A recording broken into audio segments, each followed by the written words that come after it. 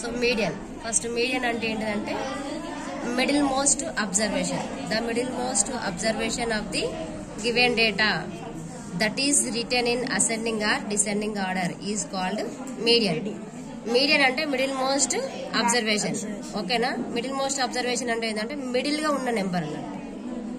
Okay, middle number. Observations అంటే ఏం చెప్పినా మీకు ఏ క్వశ్చన్ ఏది ఇస్తే అదే అబ్జర్వేషన్. నెంబర్లు ఇస్తే నెంబర్ల అబ్జర్వేషన్ ఏది ఇస్తే అదన్నా కదా. సో మధ్యలో ఉన్న దాన్ని మనం ఏమంటారంటే మీడియన్ అంటాం. అది కూడా ఎప్పుడు చూసుకోవాలి? That is return. That is means ఇక్కడ అబ్జర్వేషన్స్ ఉన్నాయి కదా, అవి ఎలా ఉండాలా? That is return in ascending or descending order. అంటే అసెండింగ్ అంటే ఏంటిది meaning? Small to big. Descending అంటే బిగ్ టు స్మాల్. అంటే స్మాల్ టు బిగ్ అన్న బిగ్ టు స్మాల్ అన్న నెంబర్స్ ఇట్లా రాసినప్పుడు దాంట్లో మధ్యలో ఉన్న దాన్ని మనం ఏమంటామంటే మీడియన్ అంటాం. అర్థమవుతుందా? సో దీనికి బెస్ట్ ఎగ్జాంపుల్ వచ్చేసి ఏంటంటే మీ అసెంబ్లీ. ఓకేనా? అసెంబ్లీలో మీరు ఎలా నిల్చుంటారు? Height wise. అంటే స్మాల్ టు బిగ్ వెళ్తారు కదా. హైట్ అంటే స్మాల్ హైట్ నుంచి బిగ్ హైట్ పోతారు కదా. అట్లా నిల్చున్నప్పుడు మధ్యలో ఎవరైతే నిల్చుంటారో ఆ మధ్యలో ఉన్న గర్ల్ యొక్క హైట్ ని మనం మీడియన్ హైట్ అంటాం. అర్థమవుతుందా? మధ్యలో ఉన్న ఆమె మీడియన్ అని కాదు. మనం ఇక్కడ వాళ్ళని ఎలా నిల్చోబెట్టాము? Height wise నిల్చోబెట్టాము. అంటే మధ్యలో ఉన్న ఆమె హైట్ ని మనము మీడియన్ అంటాం. ఒకవేళ వెయిట్ వైజ్ నిల్చోబెట్టాం అనుకోండి, వెయిట్ వైజ్ అంటే కేజెస్, వాళ్ళు ఎంత బరువు ఉన్నారు బరువు వైజ్ నిల్చోబెట్టాం అనుకోండి, మధ్యలో ఉన్న బరువు అయితే ఎవరైతే ఉన్నారో మధ్యలో ఉన్న అమ్మాయి యొక్క వెయిట్ ని మనము మీడియన్ అంటాం. అర్థమవుతుందా? సో మీకు బెస్ట్ మీడియన్ అనగానే మీరు అసెంబ్లీ గుర్తుపెట్టుకోవాలి. అసెంబ్లీలో హైట్ వైజ్ కూర్చుంటాం కాబట్టి మనం మీడియన్ ఫైండ్ అవుట్ చేసేటప్పుడు స్మాల్ టు బిగ్ అంటే ఇచ్చిన అబ్జర్వేషన్స్ మనం స్మాల్ టు బిగ్ రాసినాక ఆ మధ్యలో దాన్ని మీడియన్ అని రాయాలి. అర్థమవుతుందా? Is this clear? Okay. So ఇక్కడ చూడండి, అసలు యాక్చువల్గా మీన్ కానీ మీడియన్ కానీ మోడ్ కానీ ఎక్కడ యూజ్ చేస్తారంటే మనకు రియల్ లైఫ్ లో యూజ్ చేస్తారు. మనకు పాపులేషన్ అవన్నీ ఉన్నాయి కదా. సో వాటిలలో మనం ఈ స్టాటిస్టిక్స్ ని వాడి మన గవర్నమెంట్ అనే స్కీమ్స్ అవి ఇస్తుంది కదా. సో ఏ స్కీమ్స్ పెట్టాలి, ఎంత, ఇప్పుడు ఒకవేళ ఇప్పుడు మనకు ఎలా ఉన్నారు అనేది ఏ స్కీమ్స్ పెట్టాలని డిసైడ్ చేయడానికి మీన్ కానీ మీడియన్ కానీ మోడ్ కానీ వీటిని వాడుతారు. మీరు ఆ రేంజ్ కాదు కానీ మనకు దీని మీద ప్రైమరీ ఇన్ఫర్మేషన్ తెలియాలి. అర్థమైందా?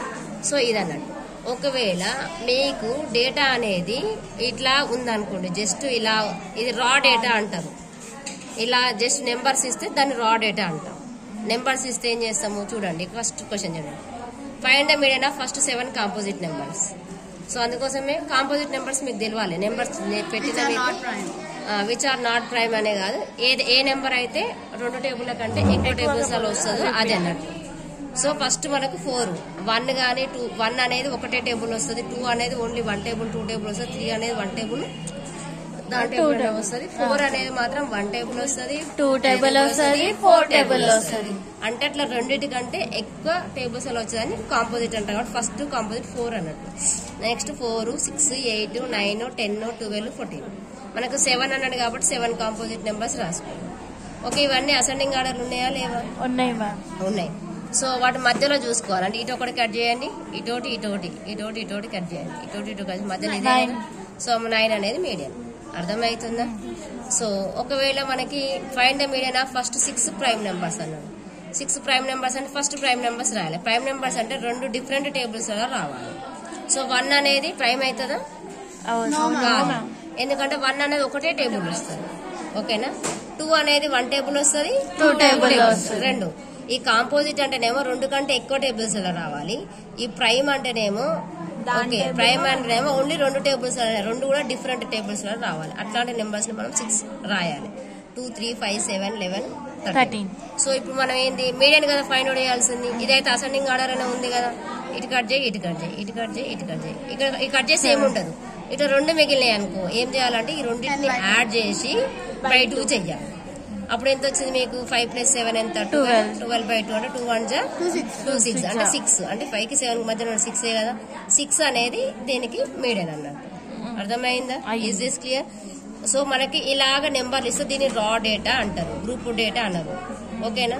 సో మనకి ఇక్కడ ఒకవేళ సో ఇక్కడ చూడండి, ఇది కూడా ఇంపార్టెంట్, ఇవి 2 కూడా ఇంపార్టెంటే. చూసుకోండి, ఇక్కడ ఫైండ్ ద మీడియన్ ఆఫ్ 2/3 ఇట్లా ఉంది కదా. సో మనము అసెండింగ్ ఆర్డర్ లో రాయాలంటే ఫస్ట్ ఇక్కడ గ్యాప్ అన్నిటికీ సేమ్ ఉంది కాబట్టి చూడండి 2 కి 3 కి ఎంత ఉంది గ్యాప్ 1 అన్నిటి గ్యాప్ సేమ్ ఉంది కాబట్టి మనం న్యూమరేటర్స్ ప్రకారం రాసుకున్నాం. న్యూమరేటర్స్ చిన్నది 1 కదా, సో 1/2, నెక్స్ట్ 2 కదా 2/3, నెక్స్ట్ 3, నెక్స్ట్ 4, నెక్స్ట్ 6 ఉంది. ఇలా రాసినాం. మరి ఇటు కట్ చేస్తే మధ్యలో మీడియన్. అర్థమైందా? So right first 10 prime numbers, find median. Prime numbers మీద మళ్ళీ రాయాలి. ఇంతకుముందు చెప్పిన ప్రైమ్ అంటే ఏంటో రాసేసి అటు ఇటు కట్ చేయాలి. మధ్య 2 మిగిలితే రెండింటిని యాడ్ చేసి బై 2 చేస్తే వచ్చింది మీడియన్. ఒకటే మిగిలింది అనుకోండి, అదే మీడియన్. అర్థమైందా మీకు? ఇదేంటంటే ungrouped data median. Got it? Ungrouped data అంటే ఇట్లా బాక్స్ వేసి క్లాస్ ఇంటర్వెల్స్ ఇవ్వకుంటే దాన్ని అన్గ్రూప్డ్ డేటా అంటారు. Have you understood? ఓకేనా? ఇప్పుడు చూడండి, find the median of the following data అన్నాడు. ఇది గ్రూప్ డేటానా అన్గ్రూప్డ్ డేటానా? Group data. మన క్లాస్ ఇంటర్వెల్స్ ఇచ్చింది కదా 65 to 85 అంటే ఇది ఒక గ్రూప్, ఇది ఒక గ్రూప్ లాగా ఇచ్చినట్టు ఇది గ్రూప్ డేటా. ఇలాగా గ్రూప్ డేటా ఇస్తే మరి మధ్యలో ఉన్న వాళ్ళ హైట్ ఎలా ఫైండ్ అవుట్ చేయాలి అంటే ఇది ఫార్ములా వాడతాం మనం. అర్థమవుతుందా? అదేంటిది? Median is equals to L + n/2 - CF/F × H. ఇది ఫార్ములా. సో మరి ఇక్కడ L అంటే ఏంటిది? Lower boundary of median class. అంటే మధ్యలో ఏదైతే క్లాస్ ఉంటుందో దాని యొక్క లోయర్ బౌండరీ. మధ్యలో అంటే చూసుకోవాలి, అది డైరెక్ట్ ఇక్కడ మధ్యలో అని కాదు, దానికి మన ప్రాసెస్ వేరే ఉంటుంది. ఎన్ అంటే నెంబర్ ఆఫ్ అబ్జర్వేషన్స్, అంటే మొత్తం ఫ్రీక్వెన్సీస్ అన్ని కూడా ఎన్ని ఉన్నాయి అనేది ఎన్. గాట్ ఇటా? సిఎఫ్ అంటే ప్రిసీడింగ్ క్యూములేటివ్ ఫ్రీక్వెన్సీ. ఓకేనా? సిఎఫ్ అంటే క్యూములేటివ్ ఫ్రీక్వెన్సీ, ఇది సి అంటే ప్రిసీడింగ్ క్యూములేటివ్ ఫ్రీక్వెన్సీ. ఎఫ్ అంటే frequency of median class. Median class అయితే మనం ఏదైతే సెలెక్ట్ చేస్తామో దాని యొక్క ఫ్రీక్వెన్సీ. హెచ్ అంటేనే height of median class. So ఒక ప్రాబ్లం చేస్తే మీకు అర్థమవుతుంది. చూడండి, find the median of the following data. ఇది ఇచ్చిండు మనకి, ఇది క్వశ్చన్ ఇచ్చిండు. దీనికి మీడియన్ ఫైండ్ అవుట్ చేయాలి కదా. First class interval, next frequency. అంటే ఈ క్లాస్ ఇంటర్వెల్ ఎన్నిసార్లు వచ్చింది, ఇది ఎన్నిసార్లు వచ్చింది, ఎన్నిసార్లు వచ్చింది. సో మనకి ఇక్కడ ఏంటంటే మనం సిఎఫ్ రాస్తాం, క్యూములేటివ్ ఫ్రీక్వెన్సీ రాస్తాం. క్యూములేటివ్ ఫ్రీక్వెన్సీ అంటే ఏంటంటే ఈ క్లాస్ ఇంటర్వెల్ వరకు ఎన్ని ఫ్రీక్వెన్సీస్ ఉన్నాయి అనేది. అంటే ఈ క్లాస్ ఇంటర్వెల్ కి ఉన్నదే ఎంత మనకు 4. మరి ఇంతవరకు ఏంటంటే నేను ఏమంటున్నా 85 నుంచి 105 వరకు ఎంతమంది ఉన్నారంటే ఇది 5. కానీ 105 సెంటీమీటర్స్ వరకు ఎంతమంది ఉన్నారంటే ఇక్కడ నుంచి ఇక్కడికి వస్తారు కదా. అర్థమవుతుందా? అంటే మీరు రెండింటిని యాడ్ చేయాలన్నమాట. క్యూములేటివ్ ఫ్రీక్వెన్సీ అంటే డెఫినేషన్ ఏంటంటే up to that class interval how many frequencies are there. So అదన్నట్టు క్యూములేటివ్ ఫ్రీక్వెన్సీ మీనింగ్ అది. అర్థమైందా?